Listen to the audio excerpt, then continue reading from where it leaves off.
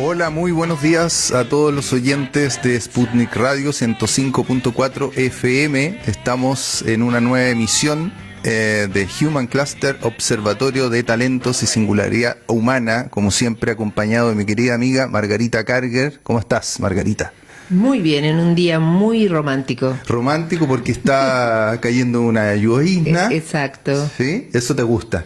Sí, me ha empezado a gustar. Te evoca cosas especiales del pasado. Me estoy volviendo muy ecológica. Muy bien. Bueno, estamos dando inicio a este programa especial porque es un día festivo.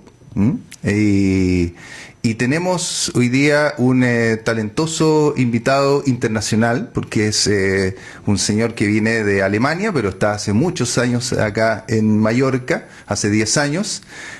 Nos acompaña en este programa Daniel Christian Ball. ¿Cómo estás? Buenos días. Muy bien, y gracias por invitarme. Por favor, el honor es nuestro tenerte en este espacio de conversación con Margarita, porque tenemos muchos temas de cuáles tratar, que hoy día hemos escogido el tema de las culturas regenerativas, en la cual Daniel es especialista, ha profundizado muchísimo en los últimos años en esto. De hecho es autor de un libro que está circulando con mucha fuerza en el medio, que se llama Diseñando Culturas Regenerativas.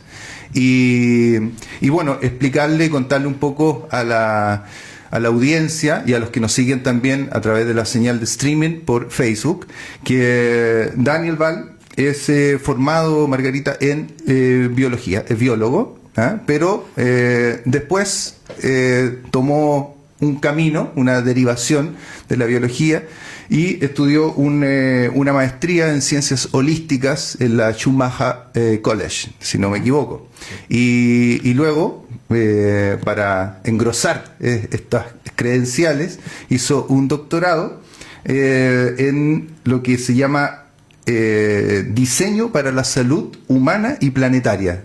Mira qué bonito título, en la Universidad de Dundee, en Escocia, me parece. Sí. Exactamente. Así que ese es la parte académica de Daniel, pero más que eso, él es un referente dentro del ambiente, primero de la isla, y también me parece que a nivel internacional se está colocando en una posición de protagonismo importante, porque está entrando, y lo que decía anteriormente, está penetrando con mucha fuerza el texto que escribió él, el Diseñando Culturas Regenerativas, y de eso queremos conversar hoy día, de eso y muchas otras cosas más, por supuesto. Sí, lo que más me encanta es que parece que hay esperanzas, ¿no?, para nuestra descendencia. Hay que vivir con esperanza, pero siempre con esperanza activa. Si la esperanza se queda en me gustaría si las cosas van bien, y no actuar para realizar y co-crear esta realidad, es un poco vacía la esperanza. Pero sí, necesitamos mucha esperanza. Ponerse manos a la obra.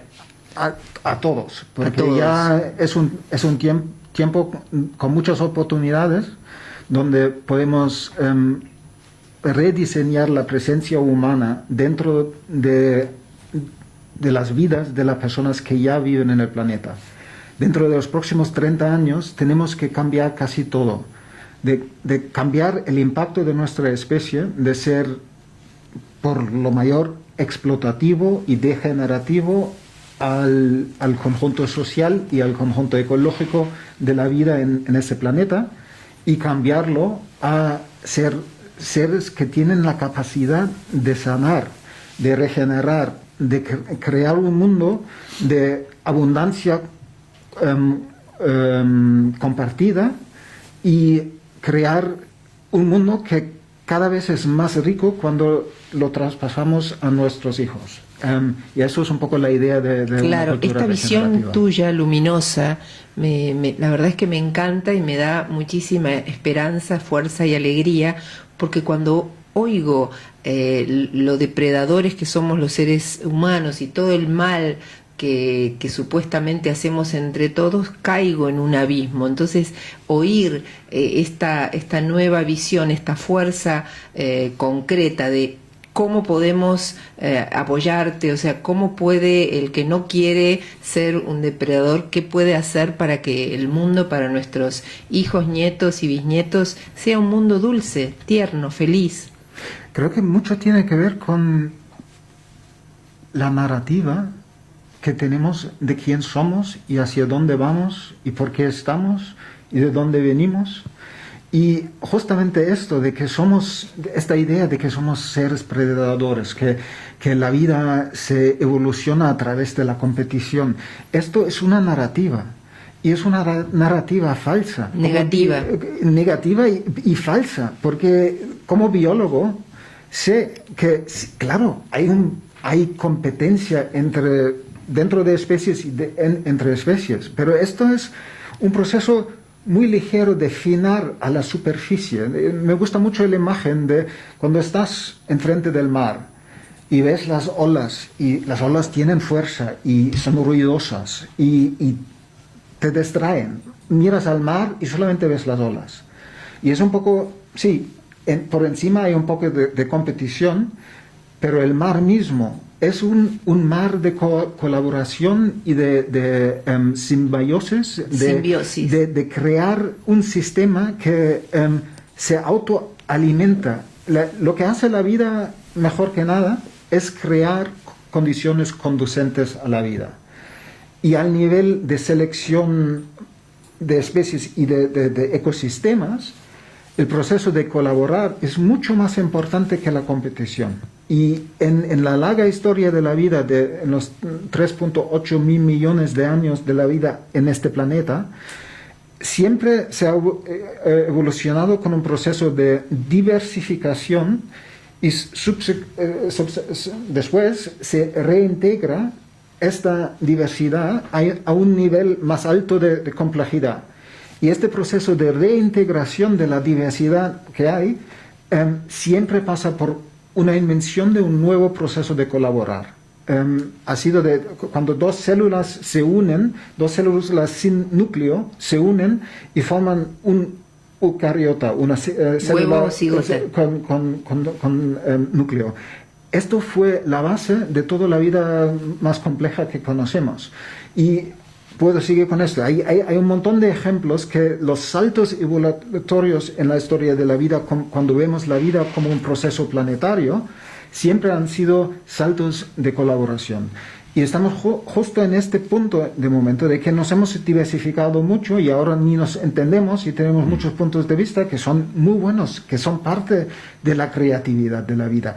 Pero pensamos que hay que integrar esto en la manera que todos pensamos lo mismo. No.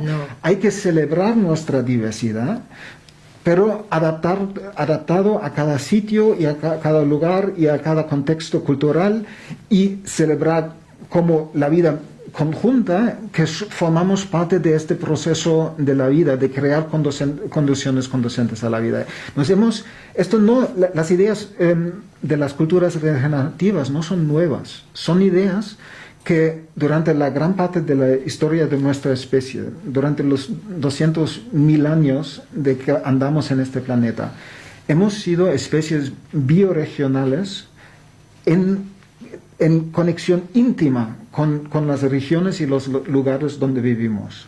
Hemos sido sanadores y apoyantes de los ecosistemas para que florecen todavía más. La selva amazónica no es algo natural en la manera que hoy en día nosotros pensamos. Natural es fuera de cultura y es algo alejado. No, la selva amazónica es una co-creación, incluyendo los pueblos indígenas que vivían ahí, que han creado la tierra preta, han creado este suelo súper fértil, que ha creado estos bosques comestibles que son Amazonia. Dijiste tierra preta, o sea, sí. La tierra negra. La tierra negra de Amazonia. Tierra preta en portugués. Sí, es algo que se ha descubierto hace casi 20 años, pero en los últimos 10 años, especialmente por el tema del cambio climático y de la necesidad de mejorar los suelos, las tierras del planeta,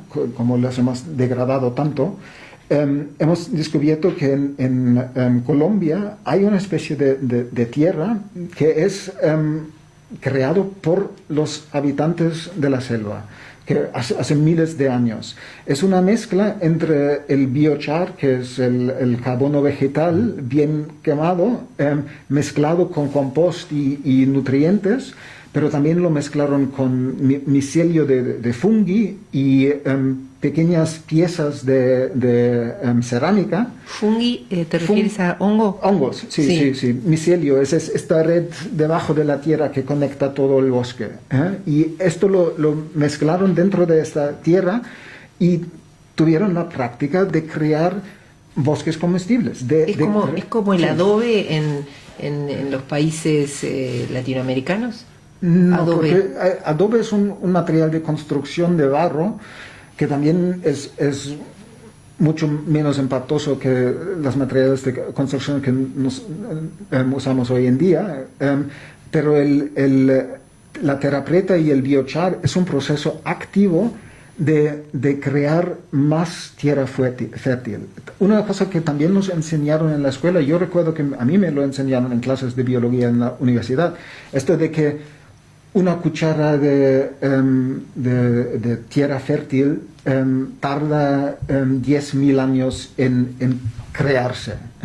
Es mentira. Es posible de crear tierra súper fértil, tierra negra, en Mallorca, en solamente 5 a 10 años de buenas prácticas. Y es justamente esto que hay que empezarlo, porque una vez que reenterramos carbono en la tierra, no solamente se aumenta la fertilidad de la tierra, pero también se aumenta la capacidad de retener agua. Y en climas como el nuestro y en tiempos de cambio climático, cuando vamos a tener mucho más fluctuación de cuándo llueve y a qué cantidades van a llegar en qué espacio de tiempo, es muy importante que toda la tierra se convierta en una esponja. Y esto lo podemos hacer. Sí. Lo podemos hacer aquí en Mallorca. Incluso estamos empezando a hacerlo ya. Estamos haciéndolo. Hay proyectos en Mallorca, por ejemplo, el Christa Soderberg, que también llevaba aquí en el Radio Sputnik, la Radio Conciencia, hace un par de años. Repítelo, en el... Christa Soderberg tenía un programa aquí Christian. en Radio Sputnik que se llamaba Radio Conciencia.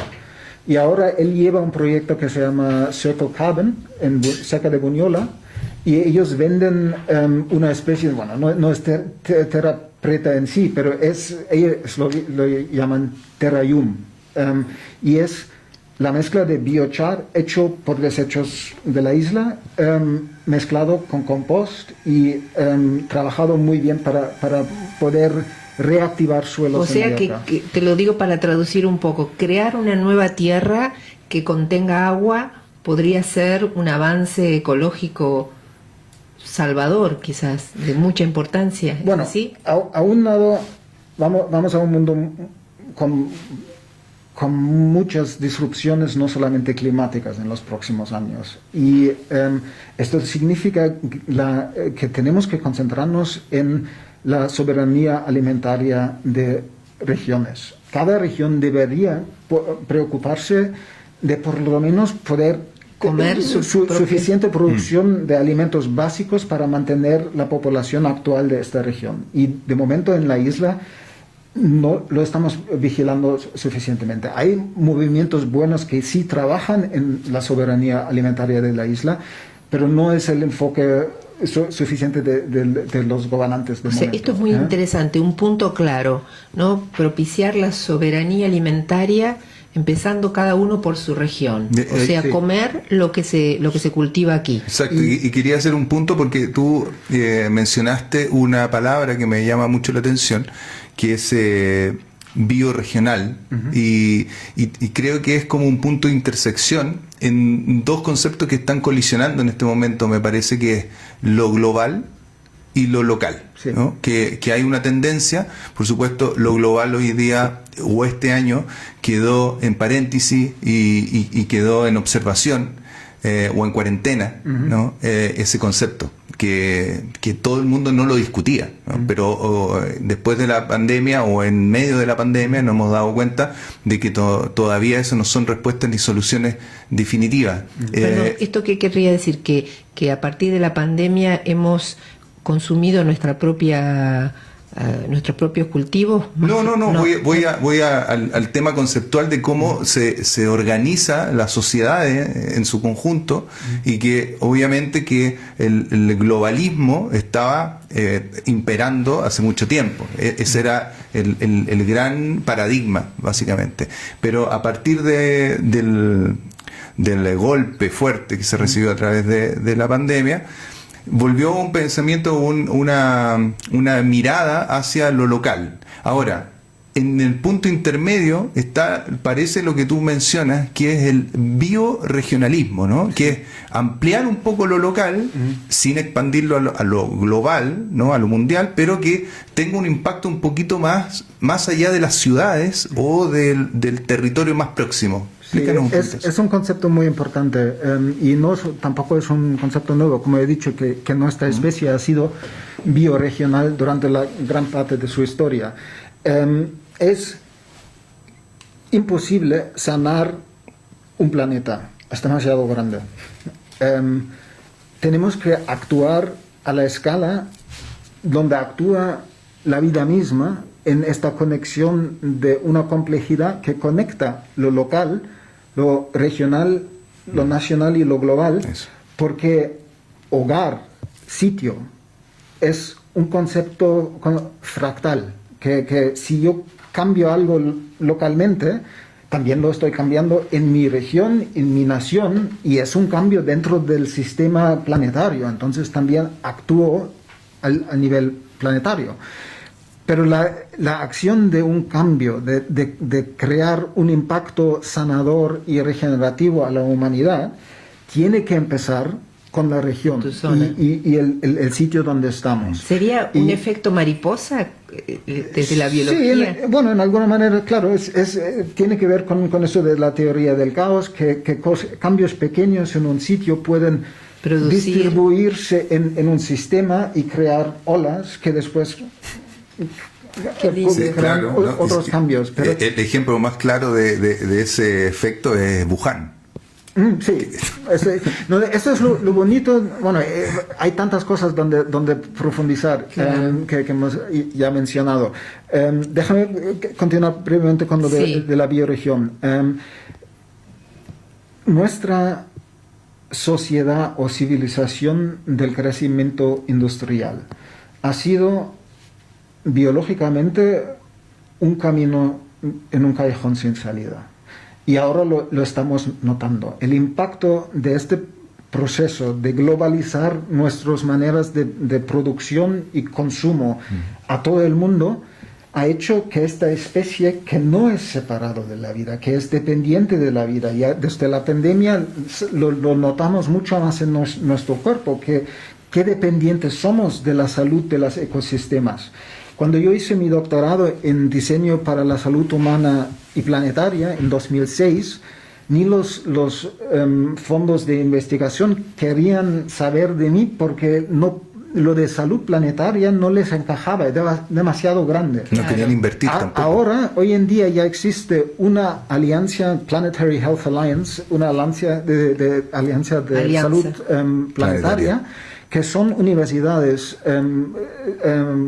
gremios gubernamentales y no gubernamentales. Es una red global que trabaja esta idea de que si queremos tener poblaciones humanas sanas, tenemos que sanar los ecosistemas y el planeta. Y ellos mismos, estos científicos, que incluye Stanford y Harvard y Edimburgo y Cambridge, muchas universidades, dicen que el locus de enfoque para el cambio, para sanar ecosistemas, tiene que ser la región, tiene que ser al nivel tan grande, de todo una cuenca de un río, por ejemplo. Eso es una buena manera de empezar con bioregiones, empezar cuenca por cuenca. Y lo importante es entender de que si queremos un futuro como una especie entre muchos en un planeta que tiene este proceso planetario que se llama vida en el mismo, tenemos que reencajar nuestros patrones con estos patrones de la vida. Y esto significa volver, no un 100%, pero volver a lo máximo posible a abastecer nuestras necesidades básicas a nivel local y bioregional. Y con esto también podemos dar respuestas a un montón de los gran problemas de nuestra sociedad, porque esto genera diversidad, genera que no se hace un producto y después se distribuye por todo el planeta, pero en cada sitio hay innovación porque la gente van a crear este producto de manera bioregional. Esto es una gran oportunidad para las universidades y la investigación y para el negocio. También regionalizar el manejo de alimentos, la producción de alimentos y del manejo del agua y el manejo de la producción de energías renovables y la distribución, todo esto crea trabajo en tiempos cuando tenemos miedo de que aquí en Mallorca con una economía tan enganchada, adicta al turismo, ahora nos toca confrontar la realidad, de decir, reinventarnos. No vamos a volver a esto y no queremos volver a esto porque era muy frágil. Ya sabíamos que esto no va a durar 100 años, no va a durar 100 años más. Y ahora la pandemia nos invita a saco de decir, pues si vamos a gastar tanto dinero y hay tanta gente en ERTE y paro para tanto tiempo, ¿por qué no lo usamos para reconstruir los marges? Hacer que en 4 años no hay ni un metro cuadrado en esa isla que no sea verde. Tenemos suficiente agua de las depuradoras para empezar a regar sitios que antes eran secanos y empezar a dar vida a los suelos y replantar bosques. Todo esto es invertir en el futuro. Son los biomateriales y la comida en 20 años. Y nos toca crear... hay un proyecto muy bonito aquí en Mallorca que se llama Balears Verd, empujado por Miguel Ramis de Atifex Balear, que propone en distintos sitios empezar a investigar en Mallorca cómo podemos replantar más bosques, pero bosques muy diversos de uso humano y de otras especies. También cómo podemos crear proyectos de esto de regenerar la tierra y crear una agricultura regenerativa que nos va a dar comida a los que viven aquí y los turistas que volverán, pero no en tantas masas, a un nivel muy diferente. No de una manera masivo destructiva. Sí. Te hago una pregunta dentro de los espacios de conversación. Yo veo que hay un colectivo, hay un grupo bastante activo, muy vibrante, de personas que están empujando muchos proyectos como lo que tú estás comentando, ¿ah? Pero por otro lado también vemos una fuerza muy grande, muy avasalladora y que dispone de un capital gigantesco, que, por ejemplo, pensaba mientras te escuchaba en las Smart City, ¿no? Existen espacios de conversación en donde se sienten a la mesa personas como tú y como las personas que tú has nombrado acá, con líderes del otro sector, del sector de la tecnología, donde quieren también mejorar las condiciones de vida del ser humano, pero tal vez tienen otra visión, no tan holística o tal vez no tan apegadas a la tierra, sino más pegadas a la tecnología. Entonces, quisiera saber que dentro del ambiente en el cual tú te mueves, ¿existen esos espacios de conversación? Sí, bueno, he sido colaborador de un proyecto que lleva ya muchísimos años, que hemos empezado hace 5 o 6 años, con el profesor Tomeu Serra de la UIB. Él llegó a mí para pedir consejo, porque le conocía a través de su hija cuando organizamos una conferencia sobre turismo sostenible a través de la FUEIP, la Fundación Universidad Empresa. hace muchísimos años. Y un par de años después, este profesor quería lanzar un nuevo proyecto y era solamente una idea en este momento. Y lo único que era fijo fue el nombre de esta idea, que era Smart UIB. Y el concepto durante muchas caminatas y mucho café en la cafetería de la universidad, ha formado, es como el concepto básico es un centro de innovación dentro de la universidad que conecta con las empresas a nivel España y a nivel europeo e internacional para traer nuevas tecnologías a la comunidad de la UIB para probarlos en los edificios y también cosas de smart, cosas de medir y optimizar con Big Data y tecnológicas. Sí.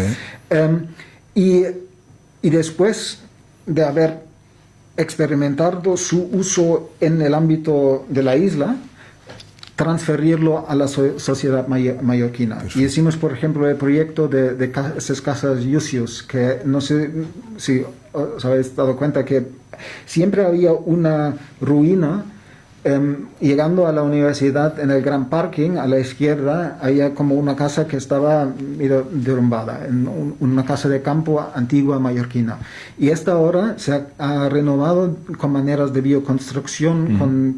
Hay una parte que está construida con palas de paja, hay un techo verde, hay un montón de sensores dentro del edificio para medir cómo funciona el edificio, y esto es uno de los proyectos de Smart UIB. Y para ampliar, porque sí, siempre procuro buscar este punto de diálogo con gente que quieren ayudar, pero sí, tienen su visión un poco enfocada a su tema. Exacto. Y también hay un montón de gente en la isla y a nivel mundial en el mundo de las consultorías que se buscan. Primero es el lean, después es el smart, después es el sostenible, el circular, y ahora van al regenerativo a saco porque es de moda. ¿Cómo se llama? Repítenos despacito la empresa o el grupo que está realizando esta prueba en la casa. Bueno, el proyecto se llama Smart UIB. Estamos hablando de la Universidad de Islas Baleares. UIB, Universidad de Islas Baleares, qué importante. Pero siempre, para volver a lo del smart y de la tecnología y para ver cómo trabajo, es una manera muy sutil, más de acupuntura. Sí. Siempre me chiraba un poco lo de Smart como el nombre de este proyecto, porque el proyecto ha sido muy de crear visiones más amplias para la UIB y la isla. Y entonces un día con Tomeo Serra y Jordi Abres, el profesor de innovación y vicerrector, hablamos de Smart y me llegó el acrónimo de decir sostenible, para el S, para el M, multidisciplinar y multisectorial, para el A, aplicado, R, regenerativo y resiliente, y T, transformador. O sea, no era solo inteligente. Sí, y claro, con esto es como un poco de Aikido con el concepto Smart para salir, no decir que no son importantes el Big Data y el medirlo y tener programas que pueden optimizar el uso de agua y energía dentro de edificios grandes, pero hay algo mucho más. Y con esto, este proyecto ha creado ideas que todavía no los hemos aterrizado porque aquí en la isla las cosas van lentos y hay mucho politiqueo, pero hay un proyecto de usar la tierra entre el Park Beat y la universidad, que pega justamente a donde está la Casa Yusios y el parking, para demostrar a una superficie un poco más ampliada qué se puede hacer con la agricultura regional. Como un banco de pruebas, como un laboratorio. Sí, y es uno en el proyecto Smart Baleares Verd de Artifex Balear, se ha propuesto que esto sea uno de los primeros 4 sitios que deberíamos declarar campos de estudio, porque si no tenemos este estado especial, lo de la ley de protección del territorio y todo eso nos va a fastidiar cualquier innovación. Es una ley bien hecha para frenar la locura de la especulación turística y inmobiliaria. Quiere decir que pero poco al final, El poc a poc mallorquín, aquí habría que ponerle un poco de pila. Sí, Un poco de pila en todos los sentidos para ir, como dicen los brasileros, ir pa' Frenchy y lograr algo lo antes posible. Sí, pero el tema es un tema difícil, porque es lo mismo con la protección de la Tramontana, por ejemplo. Desde que se ha creado lo de Patrimonio de la Humanidad de la UNESCO, fantástico, está más protegida. Pero si alguien quiere crear un proyecto muy ecológico, ni lo miran porque no se puede hacer nada. Claro, es protegido, pero no para avanzar, es protegido para detenerse. Sí. Y por ejemplo, en Mallorca, en el campo, sería muy importante en esto de frenar y crear soberanía alimentaria y también del manejo de agua. Hay que frenar y hacer más lento la manera en la cual el agua fluye cuando cae. Y también crear muchos embalses pequeños, en vez de tener los dos embalses grandes en la Tramontana, que son importantes, tener en campos grandes agrícolas también safragis mucho más grandes que tenemos de momento y más naturales. Pero eso es cambiar de tierra, cambiar del paisaje. Y si tú quieres hacer un proyecto de agricultura regenerativa y necesitas almacenar más agua en tu terreno, te puede tardar 2 años en conseguir la licencia de quizás hacerlo. Esto a los políticos los supera, ¿no? Bueno, no sabemos, tendríamos que preguntarle a ellos. No nos animamos. Pues sí, algún día nos vamos a animar, no te quepa duda. Me acordaba un poco de los proyectos o el diseño hidráulico de energía que tienen los escandinavos, por ejemplo, que se parece mucho a lo que dices tú, ¿no? Que son pequeñas centrales hidrocéntricas, ¿no? Para poder proveer de energía, no son grandes embalses, ocupan muy bien su sistema hidráulico ellos. A mí me parece interesante pensar en Mallorca como un banco de pruebas, como un laboratorio, pensando también que Mallorca tiene una base económica que se sustenta básicamente en el modelo de turismo, en la industria del turismo y el inmobiliario, ¿no? Que son los grandes pilares del motor de la economía. ¿Cómo crees tú que se podría aprovechar, ya que se vino este impacto con la pandemia, poder recuperar, o ya usando la palabra, regenerar el modelo turístico y también el inmobiliario, ¿no? Y el gastronómico, porque son los 3 sectores que más aportan digamos a la vida financiera del habitante de Mallorca. ¿Tú crees que hay posibilidades o has escuchado que existen voluntades por parte del gran sector turístico, por ejemplo, de renovar o de regenerar su modelo? Lo interesante es que, como has dicho antes, que llevo 10 años en la isla. Al principio tenía la intención, cuando venía aquí, venía justamente por el tema de bioregión, porque después de casi 10 años de trabajar con comunidades intencionales y experimentales como ecoaldeas en varios sitios en Europa, y con este movimiento de comunidades de transición, Transition Towns, me di cuenta que este enfoque al superlocal, al pueblecito, a tus amiguetes conjuntamente vivir la vida diferente, fue no suficientemente grande para crear un impacto a la sociedad y un cambio del patrón humano en el mundo. Y para crear sistemas regenerativos, la escala regional es muy importante, porque hay que tener una cierta escala de economía de escala. Pero esto, si se amplía demasiado a plan nacional y cosas muy centralizadas, no funciona. Tenemos que crear sistemas descentralizados bioregionales. Y por eso vino a Mallorca, porque vi que una de las tendones de Aquiles del movimiento de bioregional es que la gente se pelea mucho sobre dónde acaba nuestra bioregión y dónde empieza la siguiente, porque es sobre la el frontera. alza, no son fronteras rígidas, Claro. No son fronteras políticas, digamos. Sí, Exacto. sí, son biológicas, Exacto. son geofísicas. Y las islas ofrecen un laboratorio vivo bioregional perfecto. ¿Por qué? Porque no solamente es Mallorca, Menorca, Ibiza y Formentera. 4 islas cercanas, cada una con un tamaño diferente, cada uno ofreciendo Un laboratorio un diferente. laboratorio de una escala conectada pero diferente. Qué interesante. Y encima, como son islas, ¿qué es la conexión? El mar.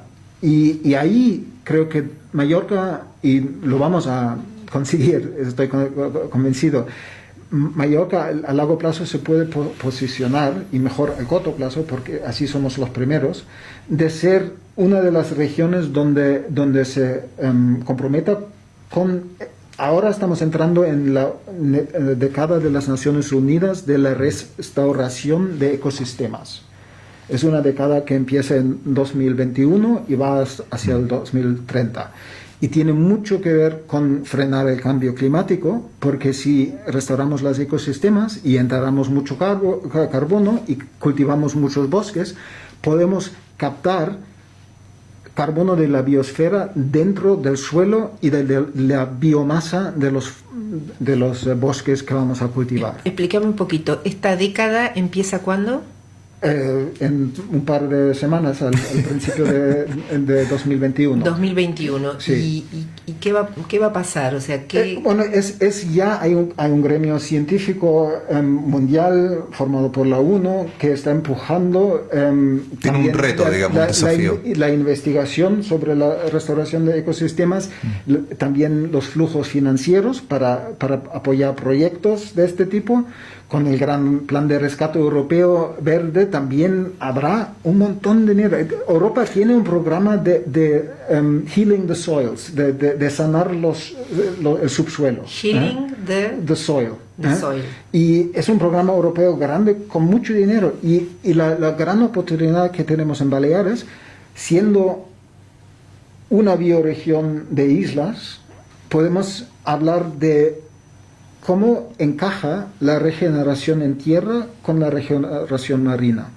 Y estamos posicionados de una manera de maravilla con la parte marina, porque en Mallorca hay la Fundación Mar IES, que se fundó hace un par de años. ¿Fundación? Mar IES, que es una fundación financiada por dinero la mayoría viene de Países Bajos. Mar IES. Mar IES, el mar y las islas. Mar IES. Incluso tuve con Añol Esteban, el director, tuve una conversación cuando él todavía estaba pensando en, bueno, este nombre o este de la fundación. Y le dije, Mar IES, porque tienes IES dentro. Porque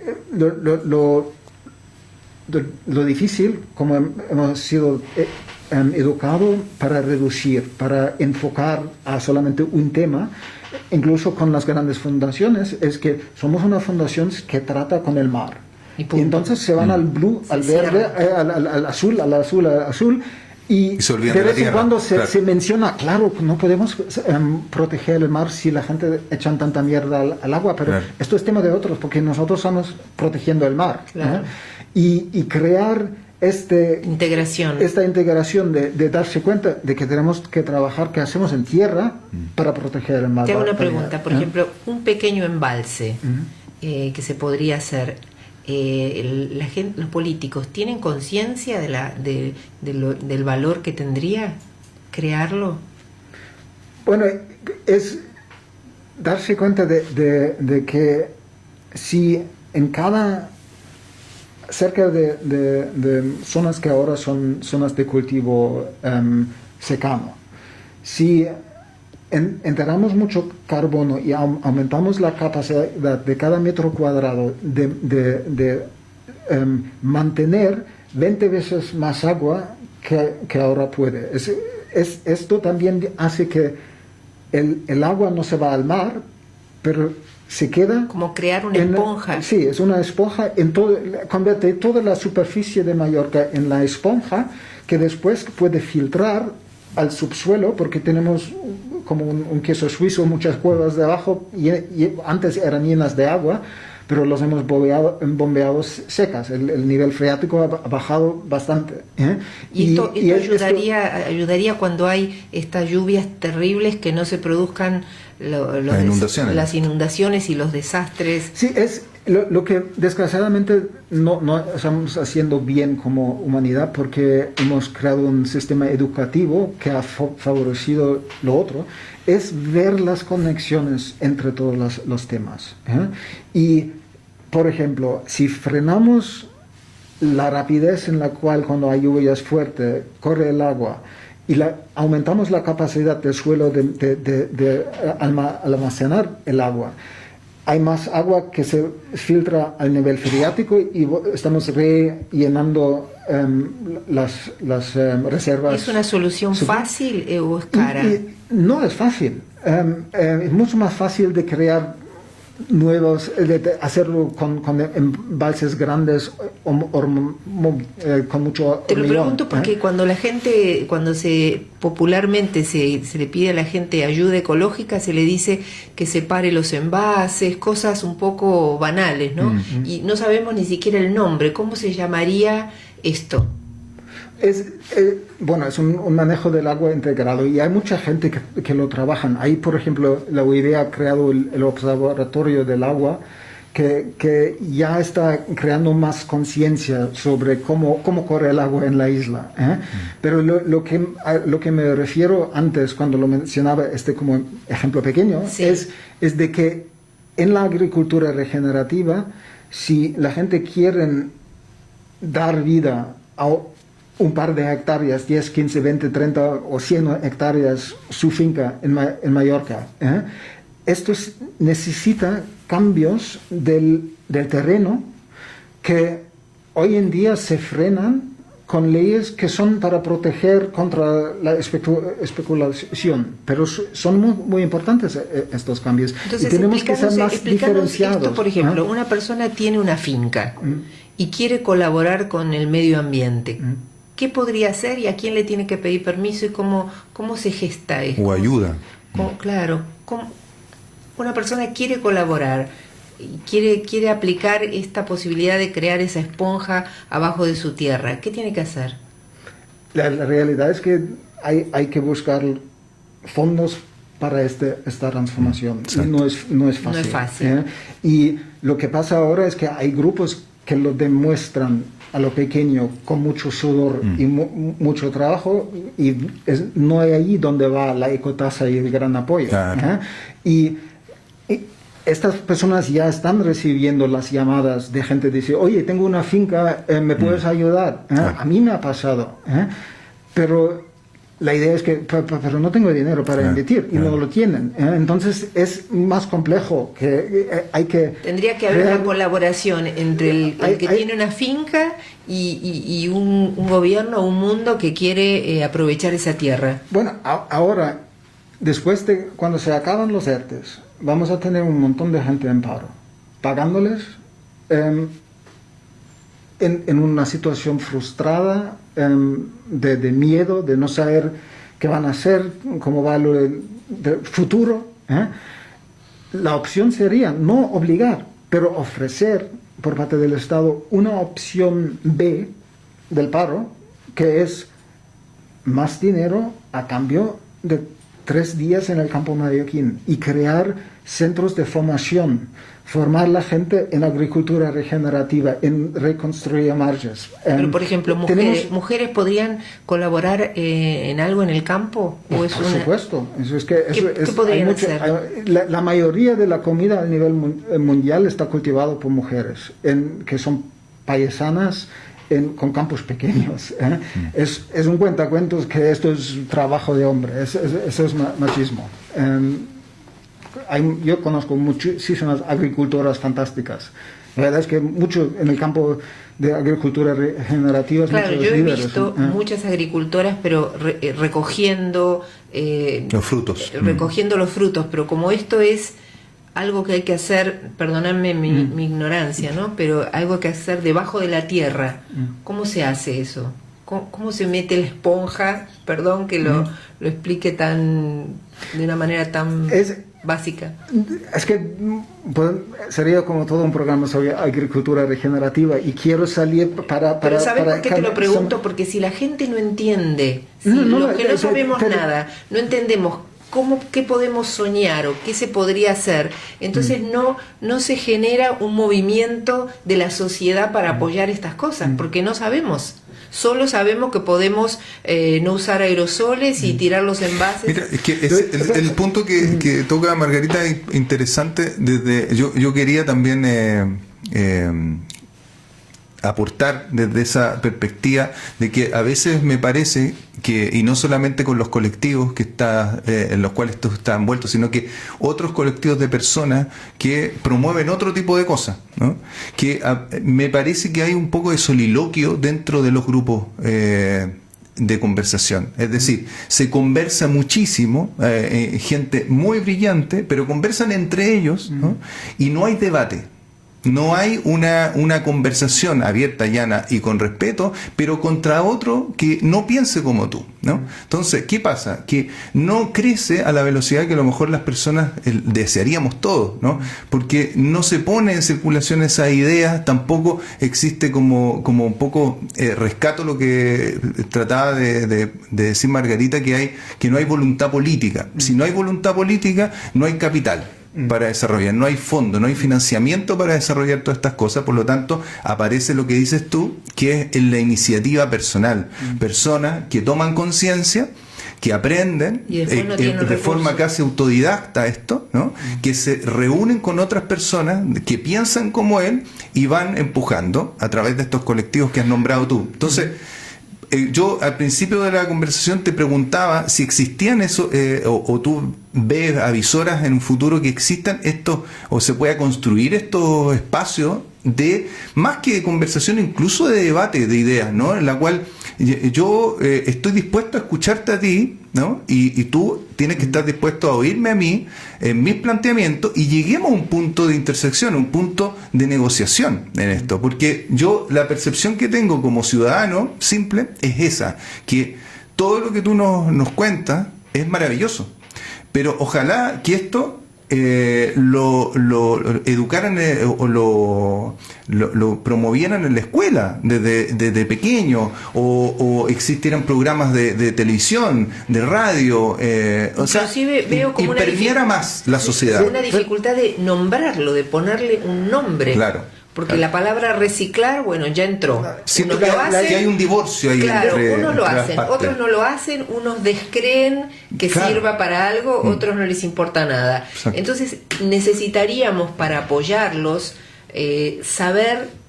conocer esas palabras. Bueno, esta conversación es un poco un ejemplo de cómo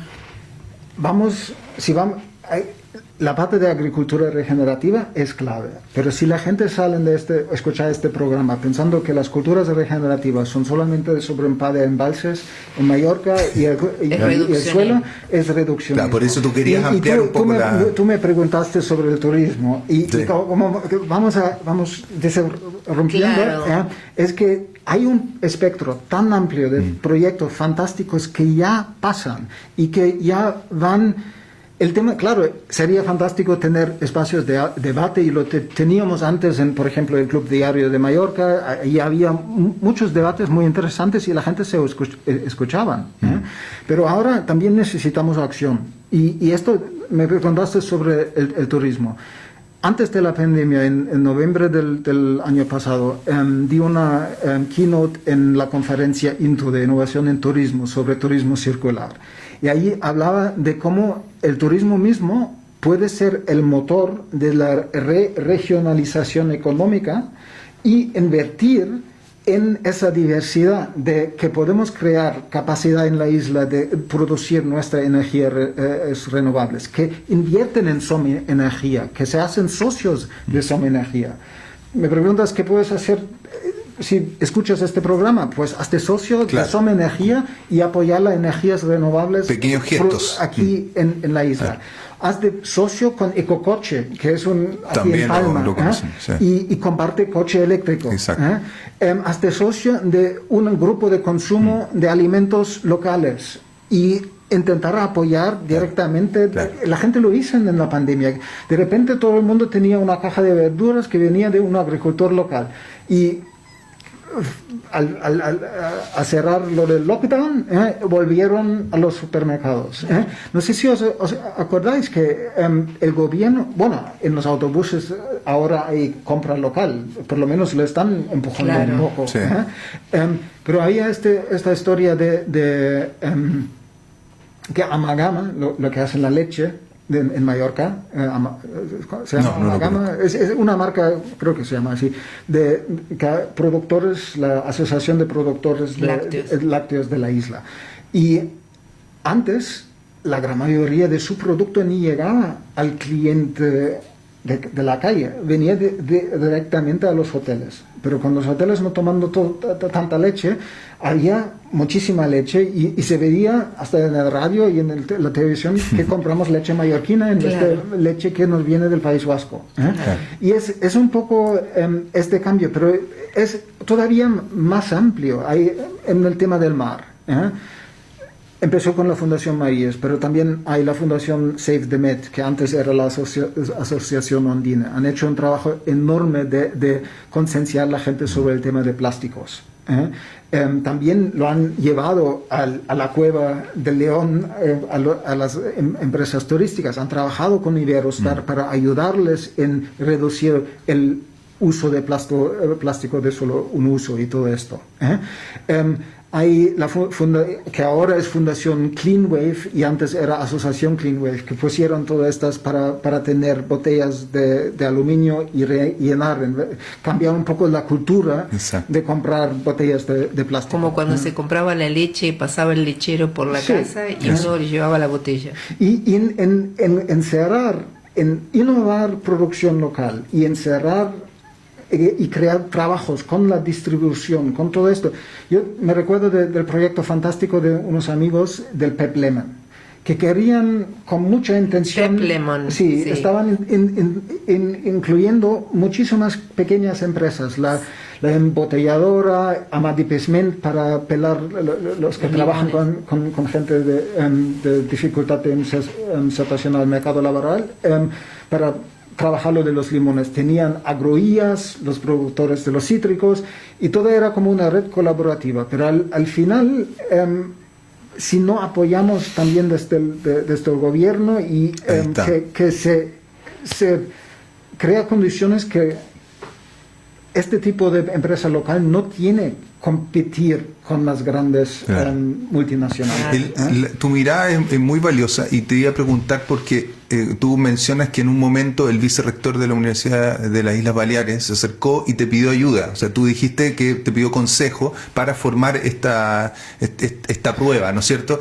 ¿Qué ocurrió ahora? Si es que, como tú ya te asomas como un referente en este sector, que se ha acercado gente del sector público, por ejemplo, personas de la Consellería o de la gran empresa privada, por ejemplo, para pedirte una visión con respecto a la cultura regenerativa. ¿Hay una inquietud por parte del sector público o privado? No, hay personas, hay individuales... O colegas tuyos que también estén a la vanguardia del conocimiento en esta área y que estén haciendo consultoría o prestando un poco de visiones, ¿no? Hay un montón de personas ya activas en este tema. Hay personas que se han dedicado a transformar el sector turístico hace años y están ahí con su lucha dentro del sistema. Y claro, es siempre esto de ambos cambios son importantes. El cambio gradual cambia un poco la base y crea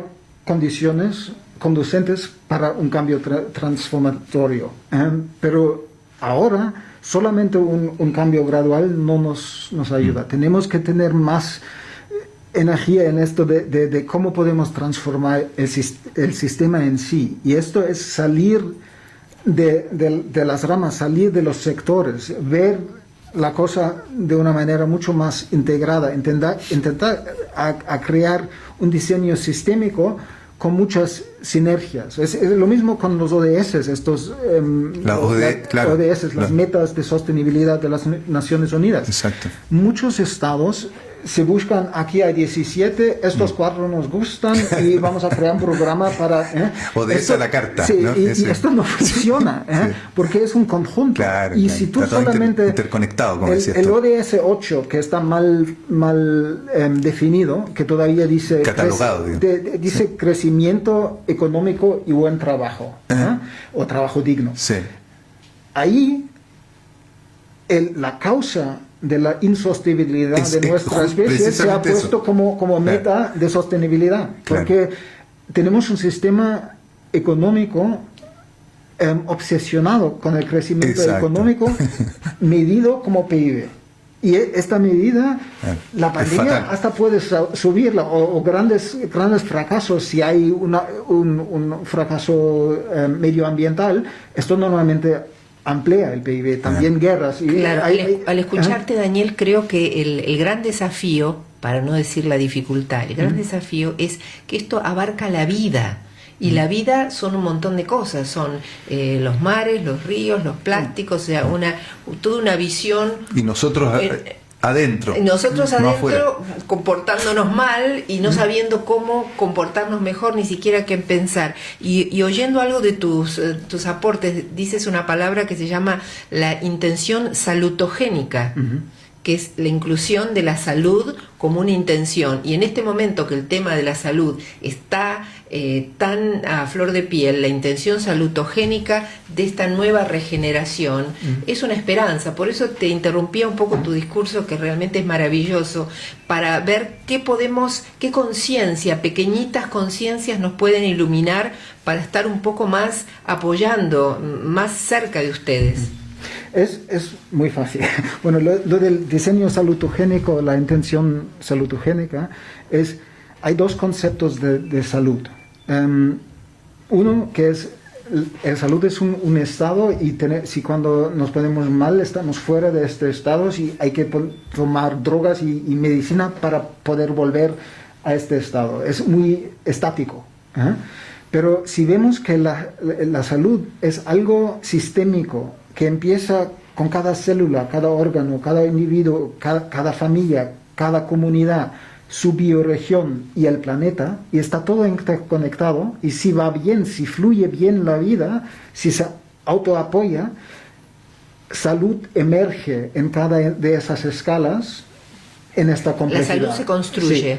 Sí. Y esto nos hace que como seres humanos deberíamos participar en este proceso complejo de manera apropiada, que salga salud. Entonces, si solamente una pregunta sería la pregunta clave que deberíamos hacerlo para casi todo lo que hacemos, es que esto va a apoyar la salud sistémica, y otra manera más simple de decirlo es algo que cuando me preguntan muchas veces de qué puedes compartir como cómo viajar hacia una cultura regenerativa en el futuro. Son 3 preguntas que si buscas, casi todas las culturas indígenas del planeta se han hecho estas 3 preguntas con cualquier cosa que tiene importancia. ¿Cuáles son las 3 preguntas? Son esto, lo que voy a hacer o proponer hacer, ¿va a servir a mí mismo? ¿Va a servir a mi comunidad? Y va a servir a la vida. Y es importante porque incluso en el movimiento ecológico y de cambio de conciencia, ahora se habla mucho de que estamos en esa gran fase de ir del yo al eco, del ego al eco. Y ojo con esto, porque para poder estar de servicio a lo demás en la sociedad y al medio ambiente y la comunidad de vida entera, también nos tenemos que preocupar a nosotros mismos, pero claro, no desde una manera competitiva, egoísta y que se los otros, pero de manera que nos damos cuenta de que la manera más iluminada de preocuparse de uno mismo es preocuparse de los demás, claro, y del medio ambiente, porque es todo un interconectado que es imposible ser en isolación. Somos En soledad. En soledad. Somos en relación con los demás. Somos en relación al otro, a Y, nosotros. y también al medio ambiente, porque culturalmente también muchas veces cuando se habla de sostenibilidad en España, la gente habla de medio ambiente y lo ven como solamente algo ecológico y fuera No me importa el otro. Sí, pero es algo mucho más complejo, es cambios sociales, económicos y ecológicos, y esto solamente pasa si cambiamos nuestra conciencia. El cambio más importante es un cambio de visión del mundo, un cambio de narrativa. Bueno, yo no sé si tú conoces a Bill Mollison. Sí, por supuesto. Claro, Bill Mollison es un biólogo australiano que murió hace pocos años atrás y que se dice que es el padre de la permacultura. Yo tengo una libretita acá de frases célebres que siempre anda conmigo y esta la anoté hace muchos años atrás, y cuando sabíamos que venía Daniel a nuestro programa, yo recordaba que había anotado una frase potente de Bill Mollison y que la voy a decir antes de terminar el programa porque yo creo que es muy inspiradora como activista él, ¿ah? Y Daniel también es activista en esto. Dice: los revolucionarios que no tienen huerto, que dependen del mismo sistema que atacan y que producen palabras y balas y no comida y abrigo, son inútiles. Es maravillosa esa frase, se la regalo porque gracias. es muy inspiradora, y con esto creo que estaríamos terminando, ya son la 1 de la tarde. Y Daniel, por favor, agradecerte que hayas venido en un día festivo, y hemos aprendido muchísimo contigo. Margarita, me imagino que tú también. Sí, ha sido un placer y cuenta con nosotros para ayudar, para apoyar y Somos un para canal aprender. de difusión. Claro, somos un canal de difusión y queremos hacer poner nuestro granito de arena. Muchísimas gracias. Pues muchísimas gracias por invitarme, y una manera de apoyar es justamente esta semana va a salir el libro que se llamaba Designing Regenerative Cultures en inglés, ahora como Diseñando Culturas Regenerativas, en el editorial Ecohabitar, que está en Navarra. Muy bien. en Repite Madrid. más despacito y más fuerte el nombre del libro. El libro se llama Diseñando Culturas Regenerativas, de Daniel Cristian Val, y es de Ecohabitar, editorial Ecohabitar. Muy bien. Diseñando Y- culturas regenerativas. Todos a comprarlo. Todos a comprarlo. Y se va a imprimir el viernes. Perfecto. Ya se puede comprar. Porque es por la Muy vida bien. de todos del Muy bien, planeta. muy bien. Muchísimas gracias, Daniel. Gracias. Y bueno, y a todos los que nos escucharon, nos oímos y nos vemos el próximo lunes. Gracias. Gracias.